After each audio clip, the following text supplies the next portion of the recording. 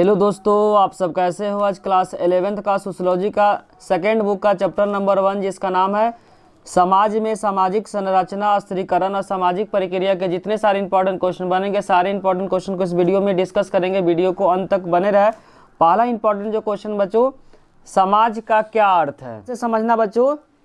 जितने सारे जो समाज शास्त्रियों के अनुसार समाज के लोग में पाए जाने वाले संबंध है, संबंध हो या डायरेक्ट हो या इनडायरेक्ट, के जाल में एक दूसरे से जुड़ा हुआ है। बोलना चाह रहा हूँ, जो समाज शास्त्री जो थे उनके अनुसार समाज के जो लोग पाए गए संबंध दो तरीके का हो सकता है, या तो डायरेक्ट संबंध होगा या क्या होगा, इनडायरेक्ट संबंध के जाल में एक दूसरे से क्या हुआ, जुड़े होते हैं, जिन्हें क्या कहते हैं, समाज कहते हैं। और ध्यान जो अमूर्त होता है, अमूर्त का मतलब जो दिखता नहीं है, क्या करते हैं, फील करते हैं। तो कहीं भी अगर लिखा रहेगा यह संबंध अमूर्त, अमूर्त का मतलब होता है इसको देख नहीं सकते, टच नहीं कर सकते, छू नहीं सकते, इसको सिर्फ क्या कर सकते हैं, फील कर सकते हैं। तो ध्यान रखना कि यह संबंध जो क्या है, अमूर्त है। अमूर्त का मतलब बताए थे, जो दिख नहीं सकता, जिसको टच नहीं कर सकते, वल्नी क्या कर सकते हैं, फील कर सकते हैं। अब हम लोग स्टार्ट करेंगे बच्चों क्वेश्चन नंबर 2। क्वेश्चन नंबर 2 में गिवन है समाज की विशेषता क्या क्या है। समाज की विशेषता क्या बच्चों, इंपॉर्टेंट पेपर के पॉइंट ऑफ व्यू से क्वेश्चन बहुत इंपॉर्टेंट है। बारीकी से क्या करना है, इसको समझना है। समाज में क्या होता है, भिन्नता। भिन्नता का मतलब अलग भी होता है, समानता भी होता है। कोई कोई समाज क्या होता है बच्चों, भिन्नता पे आधारित होता है, कोई कोई क्या होता है, समानता पे आधारित होता है। समाज में दो तरीके का होता है, भिन्नता भी होता है और साथ साथ क्या होता है, समानता भी पाया जाता है। समाज जो होता है क्या होता है, संबंधों पे आधारित है। की पॉइंट है बच्चों, जो समाज होता है किस पे आधारित होता है, ध्यान रखना, संबंधों पे क्या होता है, आधारित होता है। और तीसरा ध्यान रखना, समाज क्या होता है, आत्मनिर्भर होता है, एक दूसरे पे ही क्या होता है, डिपेंडेंट होता है। इसलिए लिखा हुआ जो समाज होता है वह क्या होता है, आत्मनिर्भर होता है। समाज जो होता है आत्मनिर्भर होता है, एक इंसान दूसरे इंसान पे क्या होता है, डायरेक्ट या इनडायरेक्ट जो डिपेंडेंट होता है। और साथ साथ ध्यान रखना, चौथा पॉइंट, समाज क्या होता है, अमूर्त होता है। अमूर्त का मतलब होता है जिसको फील करते हैं, टच नहीं कर सकते हैं। सिर्फ क्या कर सकते हैं बच्चों, टच नहीं कर सकते, वल्नी क्या कर सकते, फील कर सकते, देख नहीं सकते उसको। और समाज क्या होता है, परिवर्तनशील होता है। जैसे जैसे बच्चों समय क्या होता है, जाता है, उसी तरीके से क्या होता है, समाज क्या होता है, परिवर्तनशील होता है। परिवर्तनशील का मतलब होता है कि समय के साथ क्या होता है, समाज परिवर्तित होते रहता है, बदलते रहता है। अब हम लोग स्टार्ट करेंगे बच्चों क्वेश्चन नंबर 3। क्वेश्चन नंबर 3 जो है पेपर के पॉइंट ऑफ व्यू से बहुत इंपॉर्टेंट है।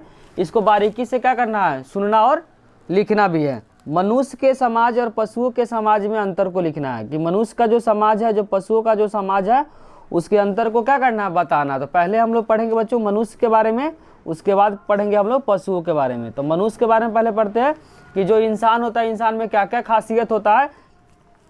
पहला ध्यान रखना कि जो इंसान होता है, जो मनुष्य होता है, बोलने को सोचने की शक्ति होती है। जो इंसान होता है उसको बोलने के साथ साथ सोचने का क्या होता है, संस्कृति होती है अपनी। ये क्या होता है, अलग कल्चर होती है। कल्चर का मतलब क्या होता है, संस्कृति होती है। जो मनुष्य होता है, जो इंसान होता है, अपनी क्या होती है, उसकी अलग ही क्या होती है, संस्कृति होती है। और तीसरा ध्यान रखना, स्वयं को व्यक्त करने का एक भाषा का प्रयोग करता है।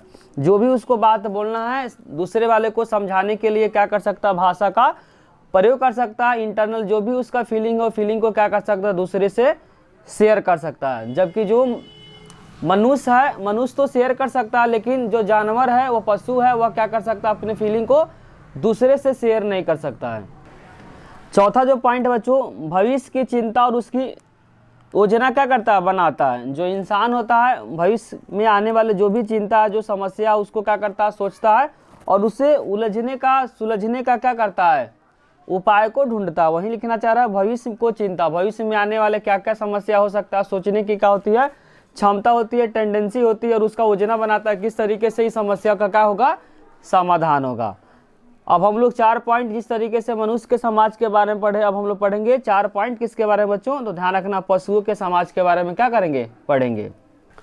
पढ़ते बच्चों पशुओं के समाज के बारे में। पहला जो पॉइंट है पशु के समाज के बारे में, अंडरलाइन कर जो बोलने और सोचने की, समझने की शक्ति नहीं होती है। जिस तरीके से मनुष्य का जस्ट क्या बच्चों, अपोजिट है पशु के समाज में। पशु के समाज में पहला पॉइंट है बोलने को सोचने और समझने की शक्ति क्या होती है, पशुओं में नहीं होती है। और उसके पास अपनी कोई भी संस्कृति नहीं होती है। जो पशु होता बच्चों, पशुओं में किसी भी प्रकार का अपना क्या होता, कल्चर नहीं होता, किसी भी प्रकार का क्या होता है, उसके पास संस्कृति नहीं होती है। तीसरा ध्यान रखना, स्वयं को व्यक्त करने के लिए, खुद को व्यक्त करने के लिए कोई भी भाषा का प्रयोग नहीं होता है। कोई भी इंटरनल फीलिंग है, फीलिंग को शेयर करने के लिए कोई भी भाषा उसके पास नहीं है। वह ध्यान रखना, फ्यूचर के बारे में कोई भी बातों को नहीं सोचता, वर्तमान में क्या करता है वो लोग जीता है। जो भी पशु है वह फ्यूचर के बारे में किसी भी प्रकार की बातें को नहीं सोचता, सिर्फ वर्तमान की बातों को क्या करता है, सोचता है। यही क्या बच्चों 4 पॉइंट डिफरेंस है। चारों पॉइंट को क्या करना, बारीकी से लिख कर याद करना कि पेपर के पॉइंट ऑफ व्यू से क्वेश्चन क्या है, बहुत बहुत इंपॉर्टेंट है। अब हम लोग स्टार्ट करें बच्चों क्वेश्चन नंबर 4। क्वेश्चन नंबर 4 में गिवन बच्चों समाज शास्त्र का अर्थ को बताना है। तो ध्यान रखना, समाज में पाए जाने वाले सामाजिक संबंध, समाज में पाए जाने वाले सामाजिक जो संबंध है उसको क्रमबद्ध, क्रमबद्ध का सीक्वेंस वाइज ध्यान रखना। समाज में पाए जाने वाले सामाजिक संबंध को क्रमबद्ध, क्रमबद्ध का मतलब होता है बच्चों सीक्वेंस, और सुव्यवस्थित ढंग से अध्ययन करने वालों को ही क्या कहते हैं, समाज शास्त्र कहते हैं। इसमें 2 पॉइंट को ध्यान रखना आपको, क्रमबद्ध, क्रमबद्ध का मतलब होता है एक सीक्वेंस में क्या करना आपको फॉलो करना, उसको सुव्यवस्थित ढंग से क्या करना, अध्ययन करने वालों को ही क्या कहते हैं, समाज शास्त्र कहते हैं। जो भी सामाजिक जो संबंध होता है, ध्यान रखना चाहिए, समाज में पाए जाने वाला जो भी सामाजिक संबंध होता है उस संबंध का क्रमबद्ध, क्रमबद्ध का मतलब एक सीक्वेंस में क्या करना आपको स्टडी करना, सुव्यवस्थित ढंग से अध्ययन करने वालों को ही हम लोग क्या बोलते हैं बच्चों, समाज शास्त्र कहते हैं। अब हम लोग स्टार्ट करेंगे बच्चों क्वेश्चन नंबर 5। क्वेश्चन नंबर 5 में बच्चों गिवन है समाज शास्त्र की प्रकृति कौन कौन सी, उसके बारे में क्या करना आपको बताना है। तो पहला ध्यान रखना, समाज शास्त्र एक सामाजिक विज्ञान है, न कि प्राकृतिक विज्ञान है। समाज शास्त्र का बच्चों एक सामाजिक विज्ञान है, एक सोशल साइंस है, न कि नेचुरल साइंस है। तो पहला पॉइंट वही बोलना चाह रहा है कि जो समाज शास्त्र है क्या है, सामाजिक विज्ञान है, न कि प्राकृतिक विज्ञान है। दूसरा ध्यान रखना है, समाज शास्त्र अमूर्त विज्ञान, अमूर्त विज्ञान का मतलब बताए थे बच्चों जिसको हम टच नहीं कर सकते, ओनली क्या कर सकते हैं, फील कर सकते हैं। तो समाज जो शास्त्र है वह क्या है, अमूर्त विज्ञान है, न कि मूर्त विज्ञान है। मूर्त विज्ञान का मतलब होता है जिसको टच कर सकते हैं, जिसको हम छू सकते हैं, लेकिन जो अमूर्त विज्ञान है बच्चों उसको हम टच नहीं कर सकते, ओनली क्या कर सकते हैं, फील कर सकते हैं। जैसे कि एयर होता है, हवा को हम लोग क्या कर सकते हैं, टच नहीं कर सकते, सिर्फ फील कर सकते हैं। उसी तरीके से जो अमूर्त है विज्ञान उसको हम ओनली क्या कर सकते हैं, फील कर सकते हैं, टच नहीं कर सकते। जैसे मूर्त विज्ञान को हम क्या कर सकते हैं, टच कर सकते हैं, छू सकते हैं। तीसरा जो पॉइंट है बच्चों, समाज शास्त्र एक समान विज्ञान है, जनरल साइंस है, न कि क्या विशेष विज्ञान है। ध्यान रखना कि जो समाज शास्त्र है क्या समान विज्ञान है, जनरल साइंस है, न कि विशेष विज्ञान। स्पेस विज्ञान का मतलब हुआ स्पेशलिस्ट साइंस नहीं है बच्चों, समाज शास्त्र का एक समान साइंस है, न कि क्या विशेष विज्ञान है। अगर बच्चों आपको समझने में किसी भी प्रकार का डाउट हो रहा है तो कमेंट बॉक्स में जरूर लिखिए। अब हम लोग स्टार्ट करेंगे बच्चों क्वेश्चन नंबर 6।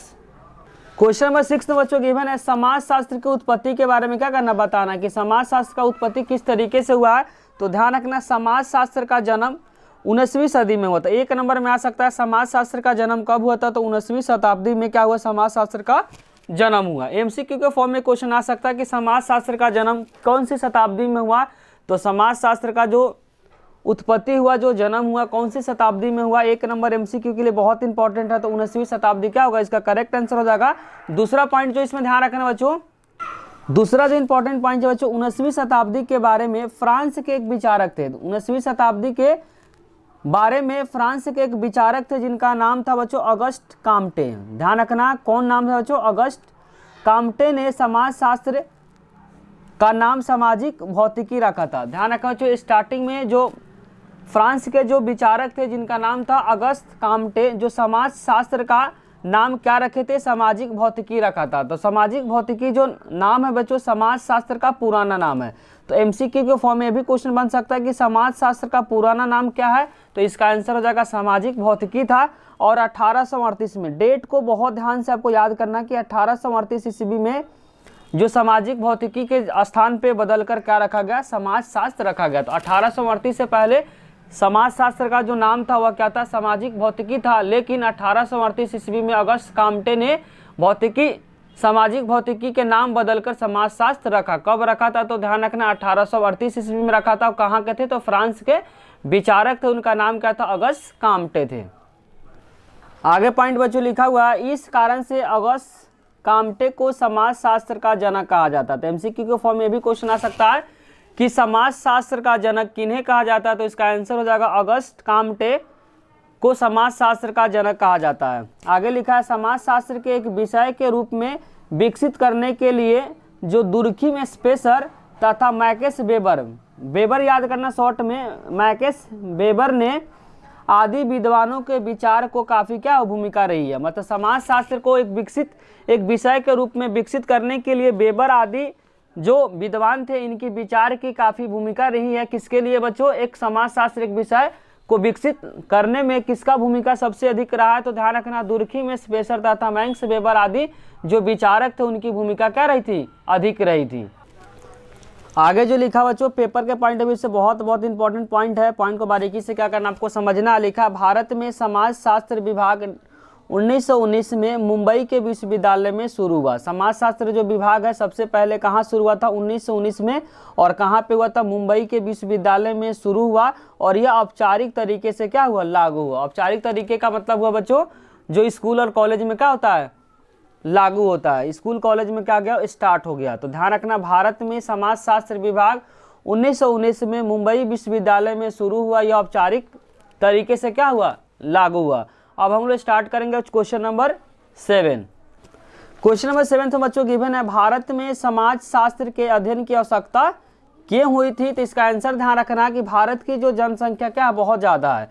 सभी को पता है कि भारत की जो जनसंख्या क्या है? बहुत ज़्यादा है। क्वेश्चन को आपको बारीकी से समझना। क्वेश्चन में लिखा कि भारत में समाज शास्त्र के अध्ययन की आवश्यकता क्यों पड़ी? इसका आंसर हो जाएगा क्यों पड़ी। क्वेश्चन है तो इसका आंसर आपको बारीकी से क्या करना है? समझना है। भारत की जनसंख्या क्या बहुत ज़्यादा है या बहुत अधिक लिख सकते हैं। यहाँ पे क्या भाषावाद, अलग अलग लोग भाषा बोलने वाले हैं, अलग अलग क्या है? जाति के हैं। इन समस्याओं को सुव्यवस्थित ढंग से सुलझाने के लिए समाज शास्त्र का अध्ययन क्या है? आवश्यकता है। बोलना चाह रहा कि भारत की जो जनसंख्या क्या है? बहुत ज़्यादा है। भारत की जो जनसंख्या है विविधता वाली है। विविधता का मतलब हुआ अलग अलग कल्चर के लोग, अलग अलग भाषा बोलने वाले के लोग, इसमें अलग अलग जाति के लोग क्या है, जिसके कारण से बहुत सारे समस्या आते हैं। उस समस्या को व्यवस्थित ढंग से सुलझाने के लिए हमें समाज शास्त्रीय अध्ययन की क्या होती है? आवश्यकता पड़ती है। इसीलिए हम लोग समाज शास्त्र को क्या करते हैं? पढ़ते हैं। बचा हुआ क्वेश्चन बच्चों उसको सेकेंड पार्ट में लेके आएंगे, पार्ट नंबर 2 में। अगर बच्चों वीडियो अच्छी लगी तो लाइक कमेंट और सब्सक्राइब करना चैनल को ना भूले। किसी भी प्रकार का आपको डाउट हो रहा तो कमेंट बॉक्स में जरूर लिखिए। साथ साथ आपको दोस्तों के साथ शेयर करना भी ना भूले। Thank you.